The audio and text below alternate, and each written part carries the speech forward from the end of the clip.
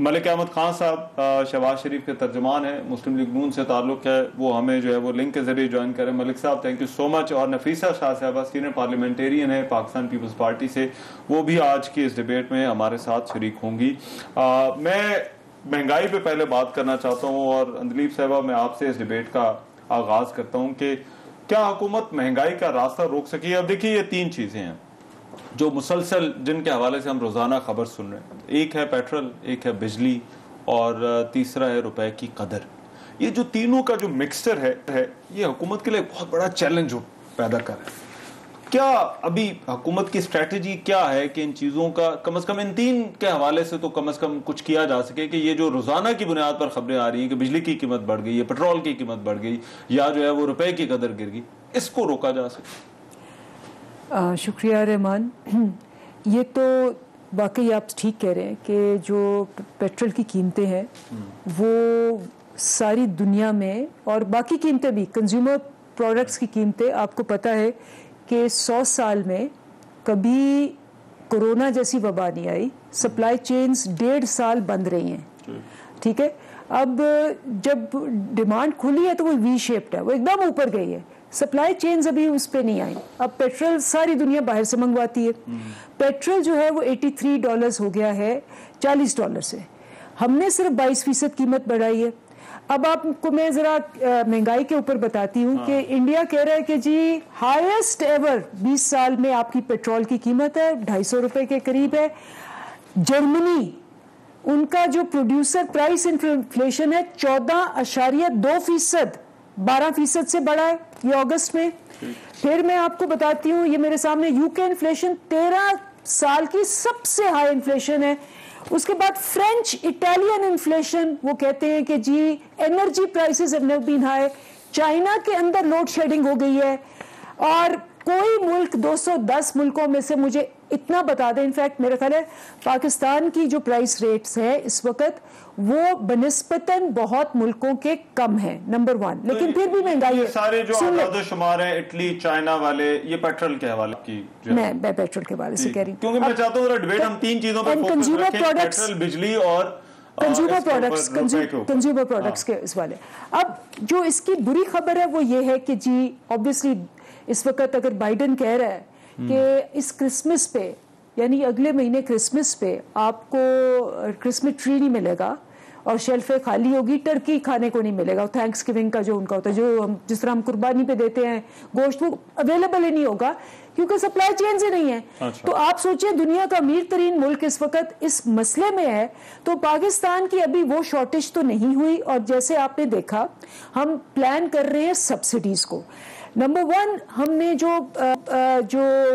کیا کوئی فیصلہ ہوا ہے سبسڈی کے حوالے سے؟ کیونکہ کل بھی یہ اشارے تو دیے ہیں کہ جی کہ آپ ایک عام آدمی کو لیٹس سے پیٹرول کے اوپر سبسڈی کی بات ہو رہی ہے, تو کیا گورنمنٹ کی کیا سوچ رہی ہے گورنمنٹ؟ یہ جو جتنا بھی آپ کا رکشے والا, یہ اسکوٹر والا یا آپ کی موٹر سائیکل والا, اس کے اوپر ہم نے ایک تو سبسڈی دینی ہے. اس کے علاوہ ہم 3 کارڈز انٹروڈیوس کریں. ایک تو احساس کارڈ ہے جس میں آپ بیسک یوٹیلیٹیز عام دکانوں میں آپ کو $20 $25, تیل ہو گیا, آپ کی آٹا ہو گیا, آپ کی چینی ہوگی, آپ کو اس کو سبسڈی میں ملے گا. اس کے بعد آپ کا کسان کارڈ ہے کہ ان کی انپٹس جو ہیں, یوریا ہے, کھاد ہے, یہ اس پہ بھی آپ کو سبسڈی ملے گی. اور ہیلتھ کارڈ جو کہ سب سے امپورٹنٹ ہے, اس کے اندر آپ کو 10 لاکھ روپے کا آپ نے حل بتا دیا. آپ نے کہا پیٹرول پر جو ہے وہ سبسڈی دے دیں گے, اور جو کھانے پینے کی اشیاء اس پر احساس کارڈ کی سب سے زیادہ تو وہ اسی کے اوپر امپیکٹ ہوتا ہے نا. کسان کارڈ اور ہیلتھ کارڈ ابھی ذرا سائڈ پہ کرتے تھے, لیکن یہ تو میں مہنگائی پہ دیکھیں اس وقت آپ کی, آج ہی میں ایک کانفرنس میں تھی, وہ WHO کے آئے ہوئے تھے ڈاکٹر مہیپالا, انہوں نے وہاں کہا, دیز آر ہز ورڈز, انہوں نے کہا جی کہ WHO نے آبزرو کیا سارے ملکوں میں, پاکستان کے اندر 2 چیزوں پہ ایکسیپشنل, یہ لفظ یوز کیا, out standing and exceptional, corona management, انہوں نے کہا یہ پورے خطے میں سب سے بیسٹ تھی, اور پاورٹی, انہوں نے یہ بھی کہا کہ ہاں جو سوشل ہمارا پروگرام تھا احساس کا, دنیا کے 4 بہترین پروگرامز میں سے. یہ 3 ایشوز ہیں ملک صاحب. میرا خیال ہے اپنی ذرا ڈیبیٹ کا فوکس جو ہے وہ یہی رکھتے ہیں کہ کیا حکومت ان 3 معاملات کا, اور میرا بیسیکلی اس پروگرام کے اندر اس ڈیبیٹ کا بھی مقصد یہ ہے کہ ان 3 چیزوں میں جب قیمتیں بڑھتی ہیں تو اس کا اثر جو ہے وہ چھوٹی سے چھوٹی چیز جو ہے وہ اس کے اوپر بھی پڑتا ہے. اور اس میں دلیپ صاحبہ کا آرگومنٹ جو تھا بجلی اور پیٹرول کے حوالے سے, جو انرجی کے حوالے سے, روپے کا تو ابھی وہ میں ابھی ذرا آگے جا کے ڈسکس کرتا ہوں, بٹ انرجی کرائسس پوری دنیا میں ہے, پوری دنیا پریشان ہے, اور سپلائی چینز جو ہیں وہ پوری دنیا کے اندر جو ہے وہ متاثر ہوئی ہیں, جس کی وجہ سے یہ ایشوز جو ہے وہ آ رہے ہیں مہنگائی کے. تو کیوں آپ یہ گورنمنٹ کا یہ آرگومنٹ ماننے کو تیار نہیں ہے کہ پاکستان جو ہے وہ کسی اور جگہ پر نہیں ہے, اس دنیا میں ہے, اور دنیا میں کیونکہ مہنگائی ہو رہی ہے تو ہم بھی اس سے متاثر ہو رہے ہیں؟ نہیں, پھر اس کے ساتھ رحمان آپ کا بہت شکریہ, آپ نے موقع دیا. تو پھر اس کے ساتھ وہ کچھ ایفرٹس بھی تو میچ کرنے چاہیے نا جو باقی دنیا کے اندر ہے. مطلب میں کل سن رہا تھا کہ یہ ایگزامپل دی جا رہی ہے, یونائٹڈ اسٹیٹس کی ایگزامپل دی جا رہی تھی, تو پھر ان کے وہ اسٹیمولس پیکیجز ہیں وہ کیا تھے.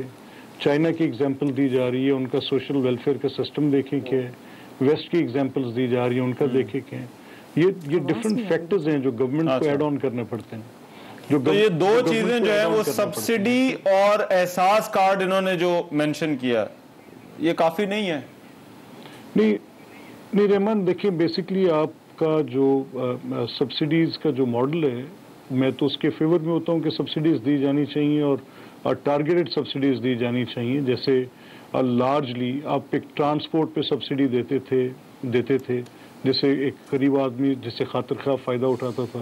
آپ کو فوڈ انفلیشن کو کنٹرول کرنے کے لیے دینی چاہیے, لیکن اس کا امپیکٹ نظر آنا چاہیے نا, کہ اگر آپ کے جو پاکستان بیورو آف اسٹیٹسٹکس ہے وہ اس کو اپنے اس ڈیٹا میں انکلکیٹ کرے, بتائے, اور بتانے کے بعد بتائے کہ ان سبسڈیز کی بیسس پہ ہمیں یہ امپیکٹ اس کا آیا جس کے ساتھ اتنی مہنگائی کی شرح میں کمی واقع ہوئی. لیکن یہاں یہ کیس نہیں ہے. یہ بالکل کوئی ایسی سبسٹینشیٹڈ ہمیں فگرز نہیں ملتی کہ جو یہ ٹارگیٹڈ سبسڈی کی بات کر رہے ہیں یا جو احساس پروگرام کے تحت پیسے دینے کی بات کر رہے ہیں کہ اس کی کتنی کنٹریبیوشن ہے کہ وہ اس مہنگائی کی شرح میں, یعنی جو آپ پہ 9% تھی یا 10% تھی یا 8% تھی, تو اس کو انہوں نے کہاں پہ تو آپ یہ کہہ رہے ہیں کہ ریلیف جو ملے گا, جو مہنگائی ہے ایک طرف بڑھتی ہوئی, اور ریلیف اس کے ساتھ میچ کرنا چاہیے. اس کا بنیادی سوال یہ ہوتا ہے کہ آپ نے جو سوال رکھا اب اس سے پہلے, اس کا مقصد یہ تھا کہ اگر معیشت جو ہے وہ پرفارم کر رہی ہو تو پھر آپ کے کچھ مسائل حل ہو جاتے ہیں. لیکن اگر ایک نان پرفارمنگ اکانومی ہو, یعنی وہ آپ ایک certain level of growth achieve نہیں کر رہے, تو پھر آپ کے ساتھ مشکلات جو ہیں وہ اور زیادہ بڑھتی جاتی ہیں. اس حکومت کا مخمصہ یہ ہے کہ یہ انیشلی جب IMF کے پیکج میں گئے پہلے 3 سال, تو 2 ہی طریقے ہو سکتے ہیں نا. ایک تو آپ اسٹیبلٹی اچیو کرنے کی کوشش کرتے ہیں, اور پھر آپ یا گروتھ کو پرسو کرتے ہیں. تو اب انہوں نے اسٹیبلٹی کے نام پہ جو مہنگائی کا طوفان تھا اس کو بالکل عوام الناس پہ ڈائریکٹلی لاد دیا. یعنی اسٹیبلٹی کے جو میئرز تھے وہ بڑے امیجنیٹو میئرز تھے, جس طرح کی اسٹیٹمنٹ آج گورنر اسٹیٹ بینک کی اسٹیٹمنٹ ہے, جیسی اسٹیٹمنٹ ان کے پہلے لوگ, شہباز گل کا ایک دن میں نے سنا, وہ کہہ رہے ہیں کہ یہ ایک معیشت ایک گاڑی کی طرح ہے, جتنا اس کے اوپر ایکسیلیٹر دباتے جائیں گے یہ ایسے پتہ نہیں کیا کہہ رہے تھے. I don't know. I tried to understand what he's trying to say. جیسے آج میں نے گورنر صاحب کی اسٹیٹمنٹ کو سمجھنے کی کوشش کی.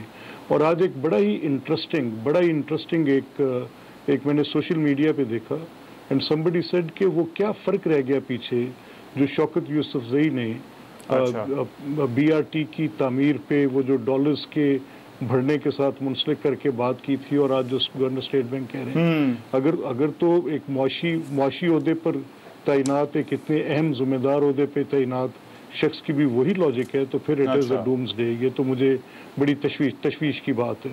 اگر یہ ان کے یہ جو علی امین گنڈا پور ہیں یہ ایسی بات کر لیں تو ہمیں کوئی اعتراض نہیں, ان کے مراد سعید ایسی بات کر لیں تو کوئی اعتراض نہیں, لیکن at least from governor state bank I was not expecting that. Governor state bank کا آپ کا کہنا ہے کہ ان کو یہ بات نہیں کرنی چاہیے تھی, رائٹ.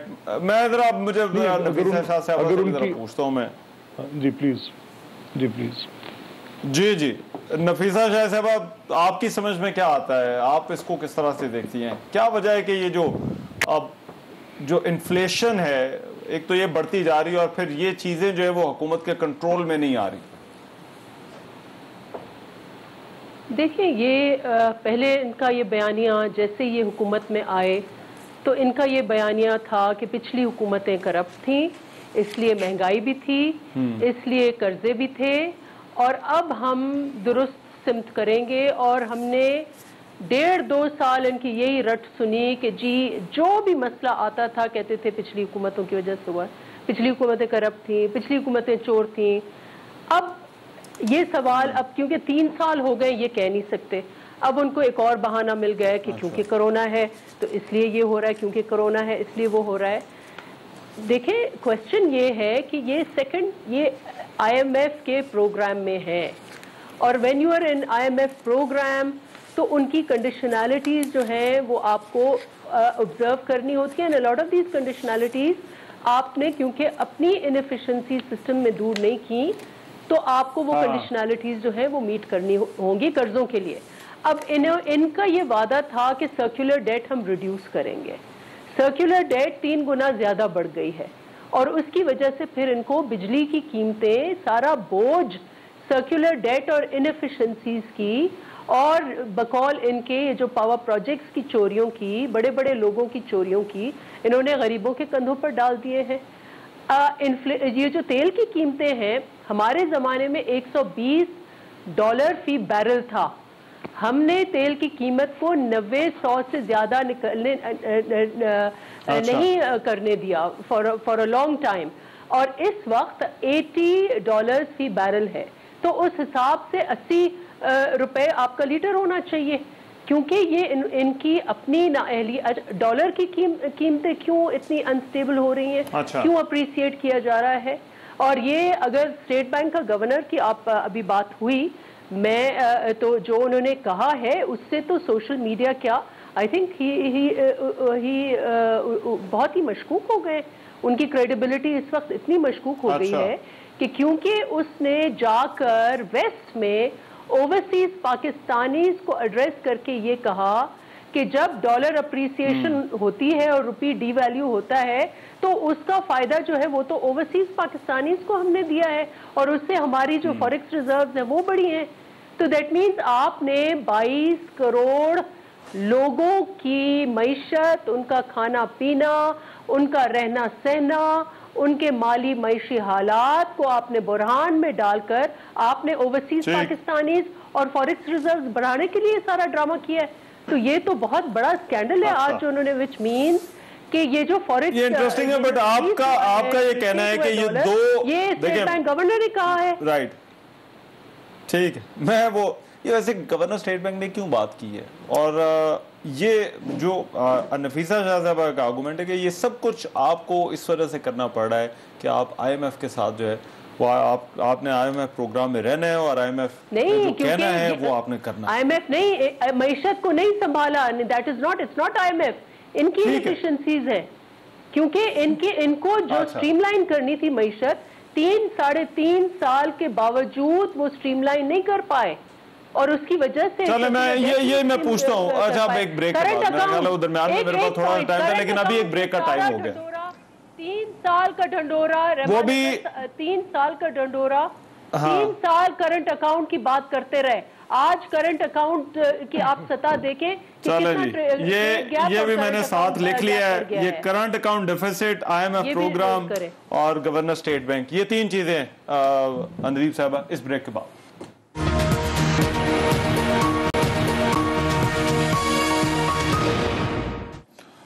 بریک کے بعد پروگرام میں ایک مرتبہ پھر سے خوش آمدید. اندلیب صاحبہ، جو گورنر اسٹیٹ بینک کے حوالے سے سوال پوچھا گیا نفیسہ شاہ صاحبہ کی وجہ سے طرف سے، ایک تو اس کا جواب دیں، اور کرنٹ اکاؤنٹ ڈیفیسٹ اور IMF پروگرام، یہ 2 اور ایشوز. اچھا میں ایم ویری گلیڈ کہ یہ سوال پوچھا گیا. ٹھیک ہے، کیونکہ آپ سوچیں کہ $25 بلین سے آپ کی ایکسپورٹ آ گئی $20 بلین پہ، اور کیوں آئی یہ چیک کر لیں، میرے پاس سارے ڈاکیومنٹس ہوتے کہ یہ ان کی اپنی اکنامک ایڈوائزری کمیٹی میں انہوں نے کہا جی بیڑا غرق ہو گیا. یہ EAC کی میٹنگ ہو رہی ہے and this is on the 21 April 2018 کو. اچھا، اور مفتاح اسماعیل خبر یہ کیا ہے جی؟ یہ مفتاح اسماعیل یہ کہہ رہے ہیں جی انہوں نے ابھی بھی $7 بلین بورو کر کے اپنا جو ہے ایکسچینج ریٹ کہ پرائس نہ بڑھے روپی، اور بیڑا غرق کر دیا اکانومی کا. یہ مفتاح آرٹیفیشل طریقے سے، رائٹ. تو ہر چیز ڈالر کو مینٹین کیا گیا. تو انہوں نے کیا کہا, جو ہمارے اسٹیٹ بینک کے گورنر تھے, انہوں نے کہا جی ڈالر اوپر نیچے جب جاتا ہے کچھ لوگوں کو فائدہ ہوتا ہے, کچھ لوگوں کو نقصان ہوتا ہے. یہ نقصان ہمارے لوکلز کو ہوگا لیکن اوورسیز کو فائدہ ہے. انہوں نے ایک مگر کیا یہ موازنہ بنتا ہے؟ کیونکہ اوورسیز پاکستانیوں کی تعداد اور یہاں پر جو اس کا اثر پڑے گا وہ تو بہت زیادہ فرق نہیں ہے. انہوں نے یہ تو نہیں کہا کہ یہاں اثر نہیں پڑے گا, انہوں نے کہا کچھ لوگوں کو نقصان ہوگا, کچھ اٹ از اے کمپیریزن. جیسے یہ آپ نے کہا کہ جی اس نے جو ڈالر ہے آپ نے ایکسپورٹ کا بڑا کر دیا, امپورٹ کا بل پھر بھی 19.5 بلین کی ڈیفیسٹ چھوڑ کے گئے آپ. سب سے زیادہ ہم 37 بلین ہم آئے, 2 ہفتے کے ریزروز تھے آپ کے پاس سے. آپ کو پتہ ہے موڈیز نے 18 جون 2018 کو آپ کو rating the unstable, risky and bankrupt ہونے والی. صرف 2 ہفتے کے ریزروز آپ کے پاس رہ گئے ہوئے تھے. اور ہم گئے ادھر ادھر آپ کا قرضہ لینے, اور آپ بڑے مزے سے کہتے ہیں جی آپ تو کہتے تھے قرضہ نہیں لیں گے, تو کیا کرتے, ملک کو دیوالیہ کر دیتے. کیا یہ بجلی اور یہ ڈالر اور یہ سب چیزیں IMF کے کہنے پر ہو رہی ہیں؟ اور پیٹرول بھی نہیں. آپ کو ہم نے ان 3 چیزوں پہ کر لیا نا. یہ سوال ان کی طرف سے, یہ ہم 2 سال سے میں آپ کے پروگرام میں آ رہی ہوں, ڈیبیٹ نہیں ہو رہی کیا کہ جب 2013 میں جو فکس کیپیسٹی پیمنٹس ہیں وہ 185 ہیں, جو ہم نے 2023 تک پے کرنی ہے فکسڈ 1455 ارب روپے کا یہ گروی کر کے گئے ہوئے ہیں.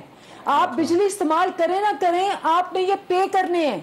چلیں یہ سوال. دوسری بات مہنگی بجلی, دوسرا ریزن کیا ہے؟ دوسرا ریزن ہے کہ جی تیل کی بجلی ہے. انہوں نے رینیویبل انرجی کے جتنے معاہدے کرنے تھے نہیں کیے کیونکہ پانی نہیں ہے. پانی کیوں نہیں ہے؟ کیونکہ جی ڈیم نہیں بنائے. ہم ڈیم بنا رہے ہیں, ہم رینیویبل انرجی کی طرف جا رہے ہیں, اور ہم ان کے قرضے اور کیپیسٹی پیمنٹس. یہ ڈالر والا سوال اور بجلی کے معاہدوں والا, یہ ملک صاحب آپ ذرا جواب دیجئے گا. لیکن نفیسہ شاہ صاحبہ پہلے میں آپ سے ذرا پوچھ لیتا ہوں, کیونکہ آپ کی طرف سے سوال اندلیب صاحبہ کی طرف ڈائریکٹ ہوئے تھے. مگر جو انوائرمنٹ کی بات کی جا رہی ہے, حکومت یہ کہتی ہے کہ یہ حالات ہی اتنے خراب ہیں کہ اس میں اگر آپ آ جائیں یا کوئی بھی اور آ جائے, نہیں یہ آ جاتے تو آپ سوچیں کورونا کا کیا حال ہوگا. چلیں جی چلیں, وہ کہتے ہیں کہ کوئی بھی آ جائے تو وہ کچھ نہیں کر سکتا. ان کی سٹیٹمنٹس نیشنل اسمبلی میں آن ریکارڈ ہے. انڈیا نے کیا لاک ڈاؤن کرنا تھا, جو یہ راجہ پرویز اشرف, خواجہ آصف کی سٹیٹمنٹس لکھی ہوئی ہیں کہ اس وقت انڈیا سے برا حال ہوتا جو یہ اسٹریٹجیز بتا رہے تھے. آپ نے لاک ڈاؤن نہیں کیا تو آپ نے اگر لاک ڈاؤن نہیں کیا تو پھر آپ کیوں رو رہے ہیں کہ جو ہے معیشت اس کے لیے متاثر ہوئی ہے. دیکھیں جو انہوں نے کیونکہ ہمیں باہر سے خریدنا ہوتا ہے, یہ جو باتیں کہہ رہی ہیں یہ سبق ہم نے 1000 دفعہ سنا ہے, 1000 دفعہ ہمیں سنایا گیا ہے. اس کے اوپر خان صاحب نے ایک موٹی تازی رپورٹ بنائی انرجی کی. کیا ہوا اس میں, کیا ہوا اس کی ریکمنڈیشنز, کیا ہوا کیپیسٹی پیمنٹس کا؟ کیوں نہیں؟ آپ کی اپنی کمٹمنٹ تھی, کھڑے ہو کر آپ ٹینر پر پتہ نہیں کہاں آپ نے عوام سے کمٹمنٹ کی کہ انرجی چیپ بھی ہوگی اور سرکولر ڈیٹ ریڈیوس بھی ہوگا. ابھی 3 گنا زیادہ ہوا ہے, اور بجلی کے بل ہم اس لیے بھگت رہے ہیں, یہ IMF کی وجہ سے نہیں بھگت رہے, یہ ان کی انیفیشنسیز کی وجہ سے بھگت رہے ہیں. تیل کی قیمتیں اس وقت کیوں آسمان پر آپ نے پہنچائی ہوئی ہیں؟ کیونکہ آپ نے ڈالر کو اپریسیٹ کیا ہے اور روپی کو ڈپریسیٹ کیا ہے. اگر آپ روپے کے قدر کو مینٹین کرتے آتے تو عوام کے کندھوں پر بوجھ نہیں ہوتا. اس وقت ان کی ساری آپ کی حکومت ہوتی تو کچھ کر سکتے تھے ان کو ہو گئے. اب یہ نہ پچھلے نہ ہسٹری کو ذمہ دار بنا سکتے ہیں نہ کسی اور کو. یہ اب ان کا کیا کرتا ہے جو اس وقت معیشت کے یہ حال ہے کہ سارے عوام جو ہیں وہ سٹریٹس پر ہیں, سارے عوام سٹریٹس پر, اور اس کے ساتھ ساتھ جو انہوں نے لوگوں کو دھکے دے کر نوکریوں سے نکالا ہے, یہ تو دوسرا داستان ہے, وہ بھی مجھ سے پوچھ لیں. بے چینی اور مایوسی کی یہ انتہا ہے کہ پارلیمان کو آپ نے بالکل جو ہے وہ ایک آپ نے وہاں تالہ بندی کر لی ہے. یہ چیز ہم اپنے حلقوں کے حوالے سے, عوام کے دکھ درد کے حوالے سے پارلیمان میں بول نہیں سک رہے. یہ ہر آ کے قانون جو ہے یہ بلڈوز کرتے ہیں. ہر ادارہ آپس میں, ہر ادارہ فوج سمیت, جوڈیشری سمیت پارلیمان سمیت الیکشن کمیشن سمیت جو ہے وہ تنازع کا شکار ہے. کیوں نہیں اسٹیبلائز کر پائے؟ کہاں ہیں ان کے اسکلز؟ چلیں میں یہ گورننس والے ایشوز پر اگلے سیگمنٹ پہ ذرا نفیسہ شاہ صاحبہ ہر چیز میں ریورس اگلے سیگمنٹ پہ اس پہ ذرا اکانومی پر ڈیبیٹ جو ہے وہ میں چاہتا ہوں ذرا سمیٹ لوں اس سیگمنٹ کے اندر. اکانومی میں پاکستان آپ کی حکومت ہوتی تو کیا ہر فرد کی کیا ان سے مختلف فیصلے لیتے؟ ریڈیوس ہو گئی. جی جی ڈی پی ریڈیوس ہو گئی. ملک صاحب ابھی آپ کو بہت ساری چیزوں کا ذمہ دار ٹھہراتے ہیں. آپ کی حکومت ہوتی تو ڈالر ہو گیا, بجلی ہو گئی, اور یہ 3 چیزوں پہ ہم نے اس بحث کا آغاز کیا تھا نا, ڈالر, بجلی اور پیٹرول پہ, تو کیا آپ مختلف فیصلے لیتے؟ اچھا دیکھیں رحمان, بڑی بنیادی بات ہے کہ مجھے ایک تو آفٹر آلموسٹ لائک 1200 دن گزرنے کے بعد, یعنی 3 سال کے بعد بھی اور 3 بجٹ دینے کے بعد بھی اپنی کسی بھی ناکامی کا ذمہ دار انکمبنٹ خود اپنے آپ کو نہیں سمجھتا, بلکہ جو اس سے 3 سال پہلے تھے یا 4 سال پہلے تھے ان کو سمجھتا ہے, تو اس سے بڑی ناکامی کو اور ہو نہیں سکتی. آپ کے پاس اپنا بہترین ٹائم تھا تو اپنی ایک پالیسی کو پرسو کرنے کا اور اس کے نتیجے میں اس کے ڈیویڈنڈز لینے کا. یعنی اگر آپ 1200 دن کے بعد بھی نہیں لے سکے تو پھر آگے تو آپ کے پاس ٹائم نہیں ہے. So it is over for them. یہ بات تو آپ یہاں پہ اس کو ایک دیکھ لیں. جو دوسرا سوال ہے کہ ڈالر کی قیمت ہم نے مصنوعی طور پہ روک کے رکھی, اب اس کا بڑی دفعہ بڑی وضاحت کے ساتھ یہ جواب دیا گیا کہ یہ ایک ایسا بیلنس ہے جو آپ نے اسٹرائک کرنا تھا کہ اگر آپ ایک گروتھ کا سرٹن لیول اچیو کرتے رہتے تو پھر آپ کا ڈالر کو روکنا معیشت میں کیسے کنٹریبیوٹ کرتا ہے کہ اس کی پرائس اوپر نہ جائے. 2 باتیں ہوئی. تیسری بات, یہ بڑی عجیب منطق ہے جو مجھے آج تک سمجھ نہیں آئی. Sorry to interrupt Malik Ahmad صاحب, یہ بھی کرتے رہے یہ بھی ڈالر پھینکتے رہے مارکیٹ میں. سوری ٹو انٹرپٹ یو, میں آپ کو صرف کہہ رہی ہوں کہ یہ بھی کرتے رہے. بالکل ایبسولوٹلی نہیں, آئی ایم تھینکفل, آپ نے بڑا رائٹلی پوائنٹ آؤٹ کیا. اور یہ بھی ریسنٹ پاسٹ میں انہوں نے کیا جب 2020 میں 164 سے واپس 155 میں گئے تھے, تو اس کا واحد طریقہ ان کو احساس ہوا کہ یہ غلطی کر رہے ہیں. نفیس حبیبی نے بالکل درست کہا, I am thankful to her کہ انہوں نے رائٹلی پوائنٹ آؤٹ کیا. تو یہ انہوں نے اس کو 9 روپے جب واپس کھینچا تھا تو اس وقت کوئی اکانومی پرفارم نہیں کر رہی تھی, تب بھی ان کو مینٹین کرنا پڑا اور ڈالر کو پمپ ان کر کے روپی کو پمپ ان کرنا. تیسری بات جو کیپیسٹی پیمنٹس کے لیے کرتے, جو رحمان کیپیسٹی پیمنٹس کے لیے کرتے ہیں, دیکھیں ایک ہم نے ایک سسٹم انسٹال کیا ہے جو اکانومی کو 5.8 5.9 پہ گرو کرتے ہوئے چلا رہا تھا.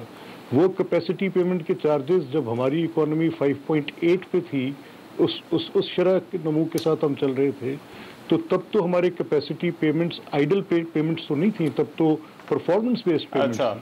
اب ان سے نہ لارج سکیل مینوفیکچرنگ چل پائی, نہ ان سے, اور میں پری کووڈ کی بات کر رہا ہوں, اور جو شٹ ڈاؤنز کا ایک بریف پیریڈ ہمارے پاس ہے, گورنمنٹ نے ایک اسٹریٹجی پرسو کی کہ ہم نے بڑے شٹ ڈاؤنز نہیں کرنے for a very little time. کو تھوڑی بہت بندش کہیں پر آئی جب ایک بڑی سراسمگی پھیلی ہوئی تھی, اس وقت ضرور آئی ہوگی, لیکن غالباً حکومت نے یہ تینوں اپنے پوائنٹس جو ہیں وہ مس کیے ہیں. یہ صرف ایسے مجھے کوئی نئی ملک صاحب, گورنمنٹ تو ابھی بھی کہہ رہی ہے کہ ہم سٹرکچرل ریفارمز لے کر آ رہے ہیں. یہ میں تو آج کے بیان ہے, یہ اسد عمر صاحب کا آج کا بیان ہے کہ معیشت مضبوطی کی طرف جو ہے وہ گامزن ہے. رزاق داؤد صاحب نے آج یہ کہا ہے کہ ہم نے جو ہے وہ ایکسپورٹس جو ہیں وہ ہماری جو ہے وہ ان کے اندر جو ہے وہ اضافہ ہو رہا ہے. غیر ملکی سرمایہ کاری میں, معافی چاہتا ہوں, ایکسپورٹس نہیں, انہوں نے آج کہا ہے کہ غیر ملکی سرمایہ کاری میں 16% اضافہ ہوا ہے. تو پھر یہ بیانات جو ہے وہ کیا ہیں؟ اب ایک ذرا بریک لے لیتے ہیں, بریک کے بعد یہ کے سامنے میں سوال رکھوں گا کہ پھر یہ دعوے جو ہیں وہ یہ معیشت کی مضبوطی کے یہ کیا ہیں؟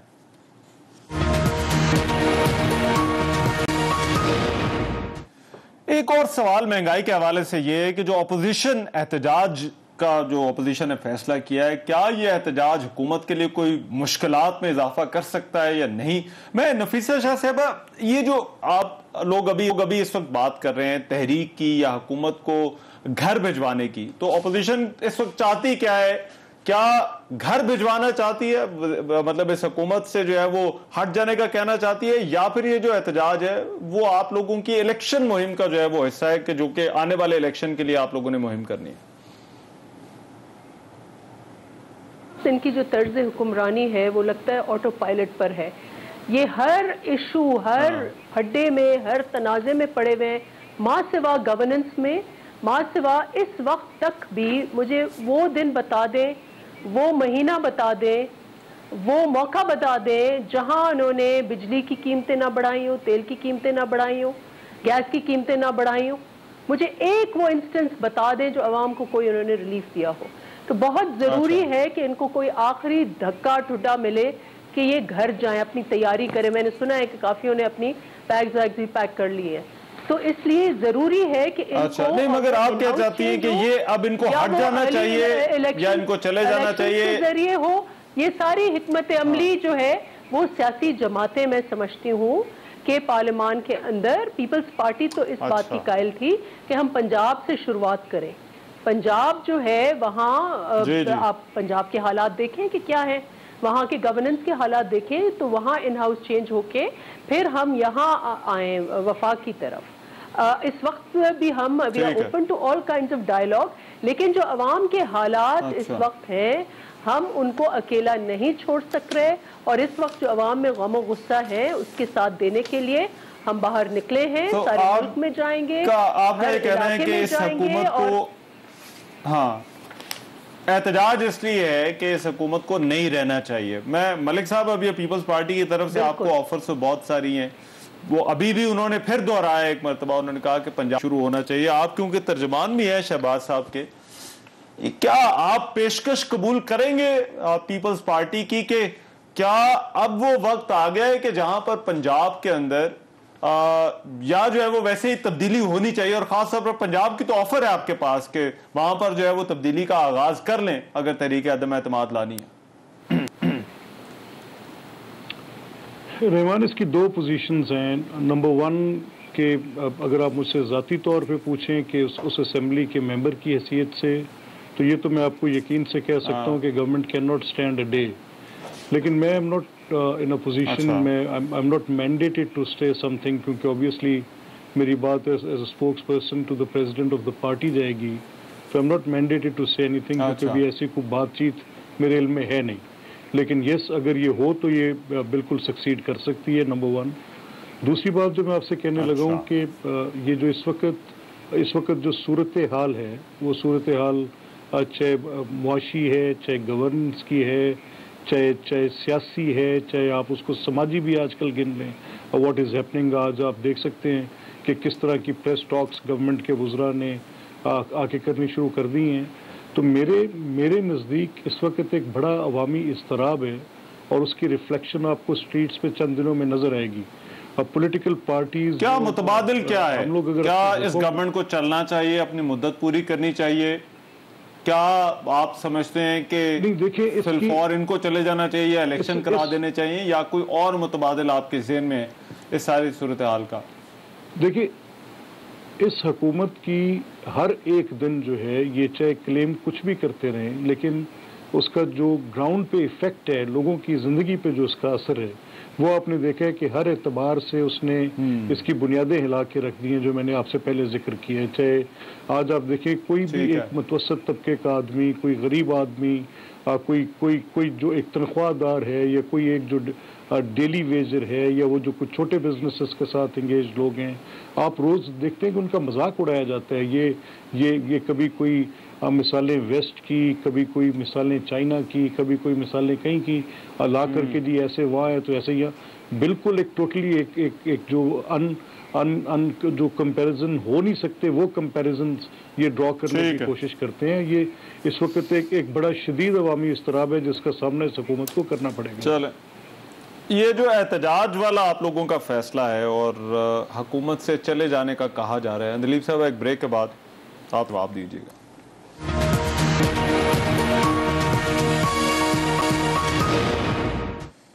بریک کے بعد پروگرام میں ایک مرتبہ پھر سے خوش آمدید. دلیپ صاحب، کیا یہ جو مہنگائی والا معاملہ ہے، اس کے ساتھ اپوزیشن باہر سڑکوں پر آ گئی ہے، کیا یہ آپ کے لیے کوئی مشکل ہو سکتی ہے؟ دیکھیں، پہلی بات تو یہ ہے کہ میں تھوڑا سا آپ کو یہ مہنگائی کا بالکل ہے، there is no doubt about it، لیکن اس کے باوجود آپ دیکھیں، میں وہی بات کروں گی کہ جب ساری ارد گرد آپ کے نیچے ساری اکانومیز ڈوب رہی تھی، انڈیا -7 تھا، ہم نے 4% پہ گروتھ کیا، اور انشاءاللہ اس سال جو اگلے سال ہے ہم 4.5-5% پہ گرو کر رہے ہیں. اس کے علاوہ آپ دیکھیں ابھی IMF کتنی اسٹرکٹ کنڈیشنز ڈال رہی ہے, لیکن انہوں نے ساری چیزیں کہی. انہوں نے کہا ڈیٹ آپ کا ریڈیوس ہو گیا 83% سے 80%, ٹیکس ریٹرنز ہائیسٹ ہیں, ہائیسٹ پچھلے 3 مہینے میں ہے. اس کے علاوہ آپ کی جو ٹیکس پیئرز ہیں وہ ان کا بھی انکریز ہو گیا ہے. آپ کی پرائسز اب کم ہو رہی ہیں ڈیو ٹو دا احساس کارڈ. اب آ جائیں آپ کی جی مہنگائی کا, تو آپ کے پاس ایویڈنس ہے. میں آپ کے پروگراموں میں آتی رہی ہوں رحمان, لوگ سمجھیں گے اس بات کو. سنو, دسمبر میں آئے تھے, یہی تھے نا, یہی لوگ بیٹھے ہوئے تھے, یہی کہہ رہے تھے کہ آر یا پار دسمبر کو, ٹھیک ہے, تب بھی مہنگائی تھی اور خود پار ہو گئے. اس کے بعد کہا کہ جی ہم جلسے کریں گے, جلسیاں بھی نہیں کی. اس کے بعد کہا کہ جی لانگ مارچ کریں گے, شارٹ مارچ بھی نہیں کیا. یہ جلسے آپ کو ویسے ہی لگ رہے ہیں جیسے پہلے انہوں نے کیے تھے؟ لیکن اگر آپ نے مدرسے سے اکٹھے کر کے بچوں کو ایک وہ کرنا ہے جو یہ کرتے رہتے ہیں, تو یہ کر لیں. عوام کو اگر یہ باہر نکالنا چاہتے ہیں, پہلے تو یہ کہ اسمبلی میں کھڑے ہو کے, تو ابھی آج بھی وہ کوشچن آور پہ واک آؤٹ کر جاتے ہیں. کوشچن آور پہ جو عوامی ایشوز ہوتا ہے واک آؤٹ کر جاتے ہیں. تو آپ کو اگر اتنا عوامی ایشوز کا ہے تو جہاں فورم ہے وہاں تو ریز کریں. چلیں, میرے پاس 1 منٹ ہے. ملک صاحب 30 سیکنڈز. یہ کہہ رہے ہیں کہ احتجاج تو آپ پہلے بھی کر چکے ہیں. نہیں کیا ہی نہیں. اچھا دیکھیں یہ معاملہ ایسا ہے کہ اب یہ معاملہ ایسا ہے کہ یہ 3 سال میں اس حکومت, اپوزیشن کی ایک پوزیشن ہوتی ہے, اپوزیشن اپنی حکومتی کارکردگی کی بنا پہ یا جو بھی ملکی مسائل ہیں ان کی بنا پہ ایک اپنی پوزیشن لیتی ہے. اب ابھی جو اس وقت صورتحال ہے وہ بہت تشویشناک ہے. میں اس کو صرف پولیٹیکل سلوگنیرنگ کے لیے نہیں کہہ رہا. اس وقت جینونلی پبلک کو ایک بڑی تکلیف ہے.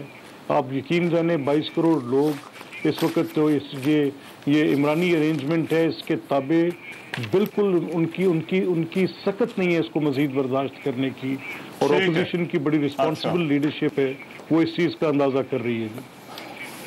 تو یہ صورتحال آپ کو مختلف لگ رہی ہے. نفیسہ شاہ صاحبہ جی, اور فائنل کامنٹ جی, کیا باقی صورتحال مختلف ہے, ورنہ حکومت کو تو لگتا ہے کہ احتجاج آپ پہلے بھی کر چکے ہیں؟ دیکھیں ملٹیپلائی ہو چکی ہے اور سمت نہیں. میں نے کہا کہ دونوں چیزیں ہیں, ایک تو معیشت ہے, دوسرا آپ کی سیاست ہے. اگر آپ صرف اداروں میں دیکھیں, جیسے میں نے کہا کہ یہ دونوں ایک دوسرے کو, اس سے اور بے چینی میں اضافہ ہو رہا ہے, کیونکہ آپ کے اداروں کے اندر الیکشن کمیشن سے محاذ آرائی, فوج سے بظاہر فوج سے محاذ آرائی, آپ کی پارلیمان سے محاذ آرائی اور عوام سے محاذ آرائی, تو بچا کیا ہے پھر؟ ٹھیک رائٹ. بہت شکریہ نفیسہ شاہ صاحبہ, ملک احمد خان صاحب اور علی بابا صاحب ہمارے ساتھ آج کے پروگرام میں موجود تھی. اجازت دیجیے, اللہ نگہبان.